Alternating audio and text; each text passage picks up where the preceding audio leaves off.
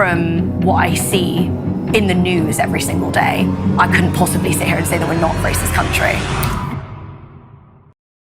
Britain is a racist and intolerant country. Well, if you agree with this comment, raise your hand.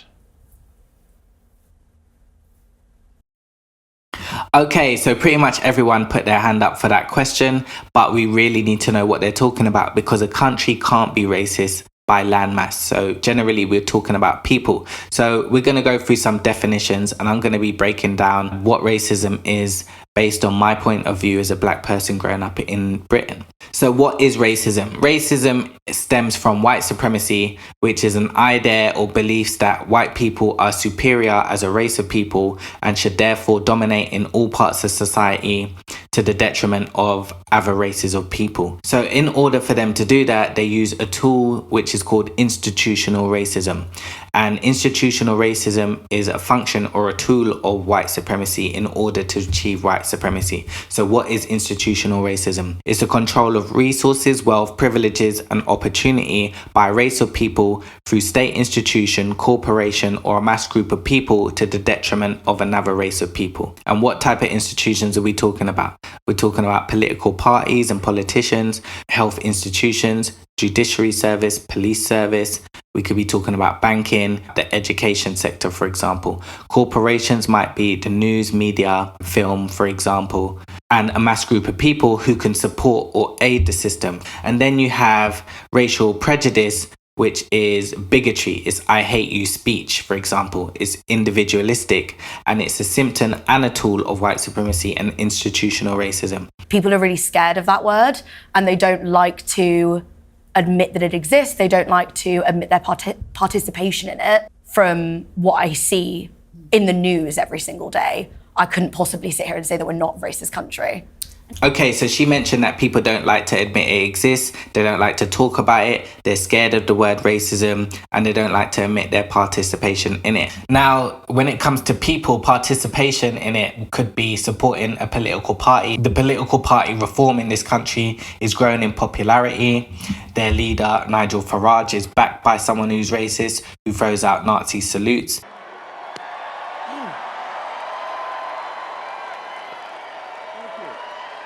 My heart goes out to you. And the British members of the public know full well that these people are involved in racism. Quite often members in the party have been openly racist and incited violence where that's been caught on camera. I've always been a Tory voter. What annoys me is he got in. What's good is he? You tell me, you know, he's just wet. What, Sunak? Useless. Yeah. D11, yeah, not the place near Dover. Army recruitment. Get the young recruits there, yeah, with guns on the beach, target practice. Just shoot them.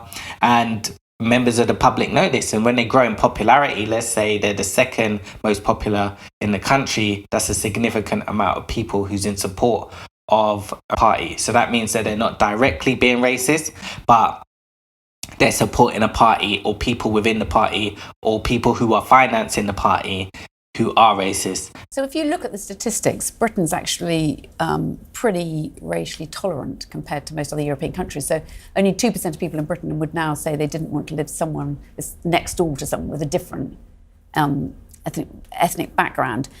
In terms of tolerance, in terms of how people get on, from my experience, is very different to like my parents' experience. It's a bit less extreme. I think things have changed quite a bit. Things might have changed from like 50 years ago, but tolerance and racism are different. So like just being able to live with neighbours with a different background, I think doesn't imply like systemically there's not racism like still in Britain. When you're saying that Britain is a tolerant country, the question in itself suggests that Britain is racist, because it's saying that Britain is tolerating races. Now, which ones are you talking about? You must be talking about the mainstream population, which is the white population, because how can, if all people were included in that question, then it would render it a stupid question, basically. It would be saying that Britain is made up of all races and we're tolerant of all other races. We can assume that because this is a white country, it's made up of probably 80% white British people. We're talking about them tolerating other races. So that's white Britain tolerating other races.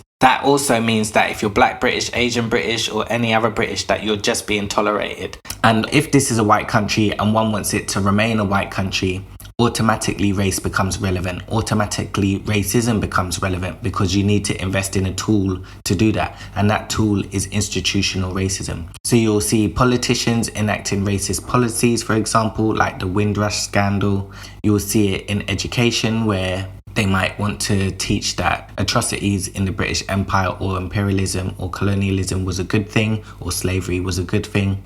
You might see it in the police service with police brutality. You might see it in the judiciary service where they're unable to provide justice. You might get higher sentences for black people. And they're going to push this idea through the media, using media propaganda, for example, where they'll denigrate and they'll misrepresent blackface, for example, or any other face. And because out of the institution it needs to translate into actions and words, you're going to see racial prejudice. So you're going to see this act out in violent speech and leading to acts of violence as well. People are really scared of that word and they don't like to admit that it exists. Now, another thing we've got to mention is why people deny it, why people don't like to talk about it, why they don't like to admit it exists. And that is because when you talk about injustices that some people don't agree with, the injustice is an immoral standpoint to argue from. So when you make an argument from a moral standpoint, the moral standpoint takes the high ground and the immoral standpoint takes the lower ground. It takes a losing position and the moral position is a winning position.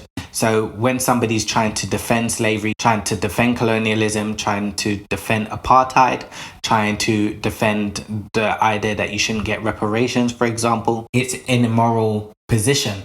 And so it's automatically a losing position. What that does is it creates a power dynamic in the conversation that people are not used to and don't want to accept. And so people don't like that. They don't like to be in that position. They're not used to black people being in that position. They feel like they're being attacked because they want to defend the immoral position. Automatically, they struggle to try to make it right. Or I don't feel this is comfortable. I don't feel like I should be in this position. Let me defend it. And they start coming out with silly answers. So that brings us on to cognitive dissonance. Cognitive dissonance is the feeling of discomfort when you gain some information that's so overwhelming that it doesn't align with your belief system or it challenges your belief system. And the information is so overwhelmingly true that you feel discomfort or you can actually feel physically sick, for example. So when it comes to racism, someone who's experiencing cognitive dissonance may defend, downplay, or make excuses for racism. This may include the justification of slavery, xenophobia, colonialism, eugenics, genocide, or police brutality, for example. A prime example of cognitive dissonance is when Morpheus in The Matrix is explaining to Neo what The Matrix is, and he doesn't want to believe it.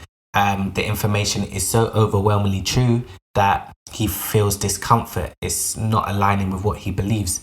And he even feels physical discomfort. I think he throws up. And some people will choose to accept the information and they are progressive in that way. And people who avoid that discomfort, to not be in denial, they will just make an excuse so that it aligns with their belief system. Now, what we don't get is confessions of racism. So we need to diagnose and assess people's behavior to gain an indication of what behavior is usually aligned with those who obviously are racist. So we assess and we diagnose when we don't get clear confessions. Now, why does it happen, first of all? First of all, it happens because some people cannot conceive of black greatness. Anything that's black that supersedes whiteness, they need to bring it down. It doesn't align with their belief system. Black people are supposed to be inferior. They are criminals. They are impoverished. They're not very intelligent. And so when something like that challenges that idea, they need to bring it down. So they cannot conceive of black greatness. That's one clear, obvious sign of people who are obviously racist. But when you're dealing with people who don't give you a confession, you can look at behavior aligned with that of a racist. And it will give you an indication about what to do. Basically, if you need to stay away from this person, how to stay safe from this person, whether or not you can trust this person. So they can't conceive of black greatness. It can happen when there's an imbalance in the power dynamic of a conversation, when they feel that there's a power imbalance that don't align with their belief. Basically, you're superseding your position as a black person.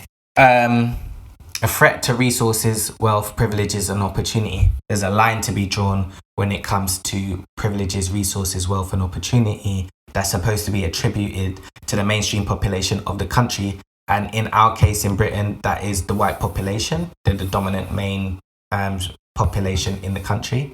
And the conversation that's happening in Britain right now is related to privileges, resources, opportunity, and wealth. When you're talking about housing, waiting times in the NHS, benefits, what we to do with tax, how many numbers should be here. That makes up Britain, for example. And then also a threat to hierarchy of entitlement. So who should be entitled to all of those? That's the reason why it happens. Now, some of the behavioural traits that you might see is people being in denial about something that's obviously racist. They speak vaguely about colonialism or slavery, for example, so they have to go around the block to explain something in a way that makes something that was obviously immoral moral, or something that was obviously immoral justified. Like slavery, colonialism, apartheid, for example, they're really trying to justify it. And that's a behavioural trait. You wouldn't call them racist because you don't get confession, but you can see the behaviour that's associated with those who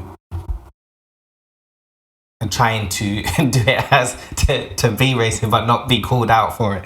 So it's funny. It's very funny. Sorry.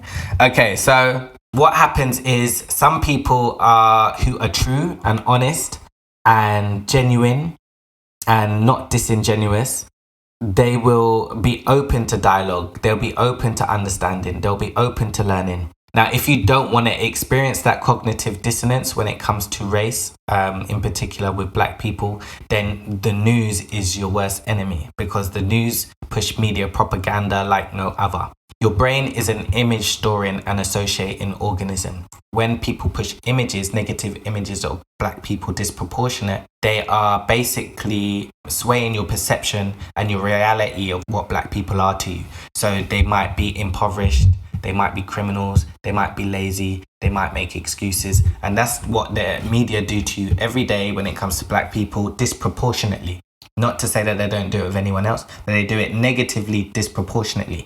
And so you might not want to take part in racism, but when they do that, it gets embedded into your subconscious, into your belief system. It becomes your reality. And that's because the media have pushed this information. So if you don't want the effects of white supremacist ideology and institutional racism to affect you being racially prejudiced, you really need to learn about racism, white supremacy, and how it affects you psychologically.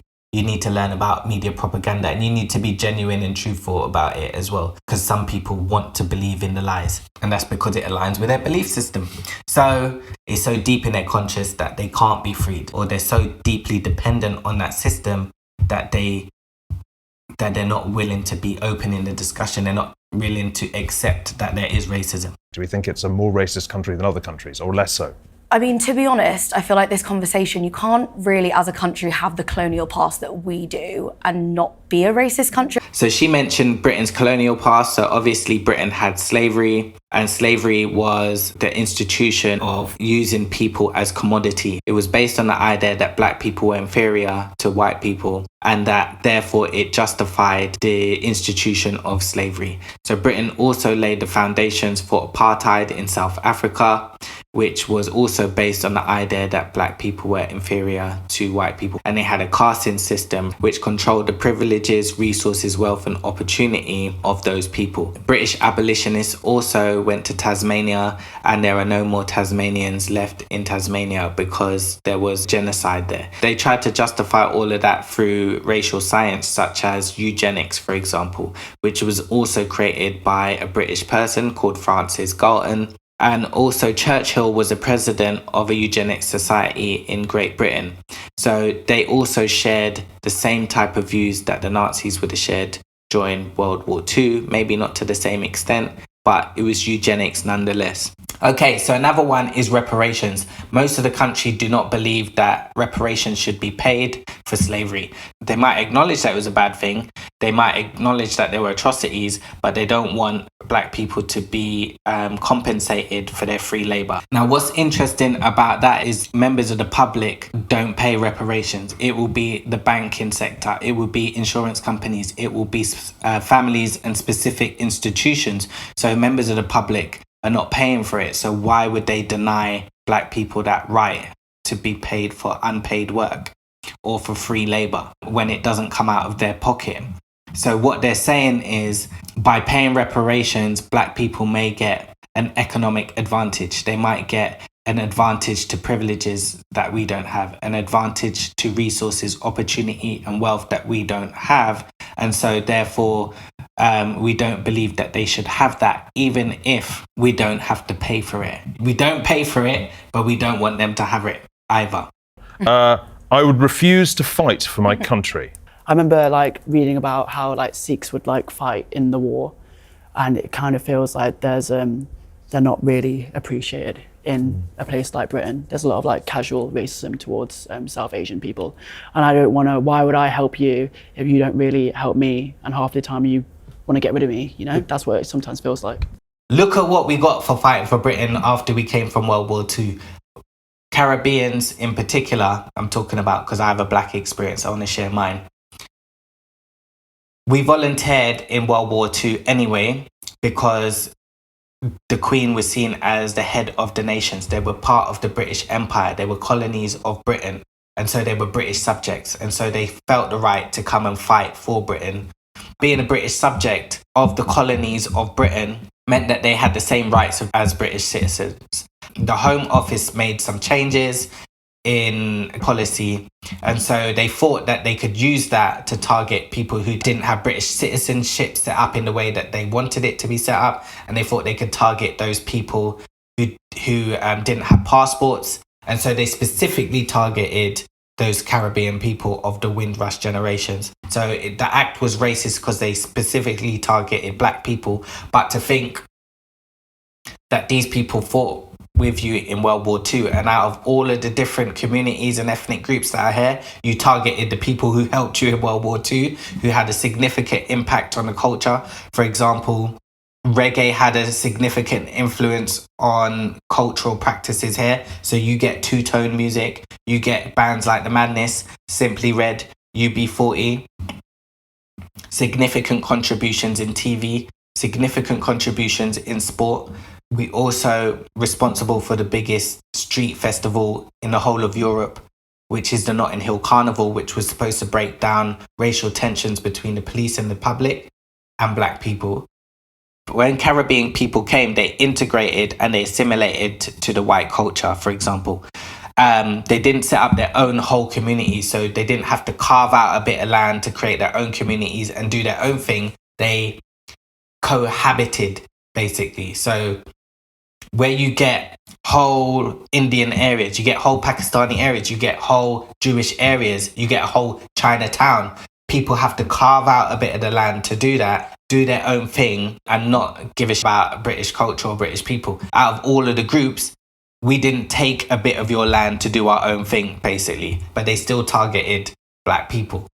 I want to say well done to that girl, because she was able to articulate racism and what racism is in Britain very well, articulated it very well. It doesn't mean that she had to feel negative about it. It doesn't mean that she had to be afraid of it. It doesn't mean that she had to feel ashamed about the history of Britain. But she was so confident in her explanation because she was well informed about racism that it's like, weren't me, wasn't my fault. I didn't do nothing with it. If I get any privilege, it's not my problem really as well either. Don't necessarily want to participate in it, but I understand it, and I can even have the conversation about it openly with other white people, which is actually a very healthy thing. Doesn't mean that she has to give up her culture. Doesn't mean that she has to cohabit with other populations or cultures and races. She can stick to her own, but she understands it. So I want to say well done to that girl.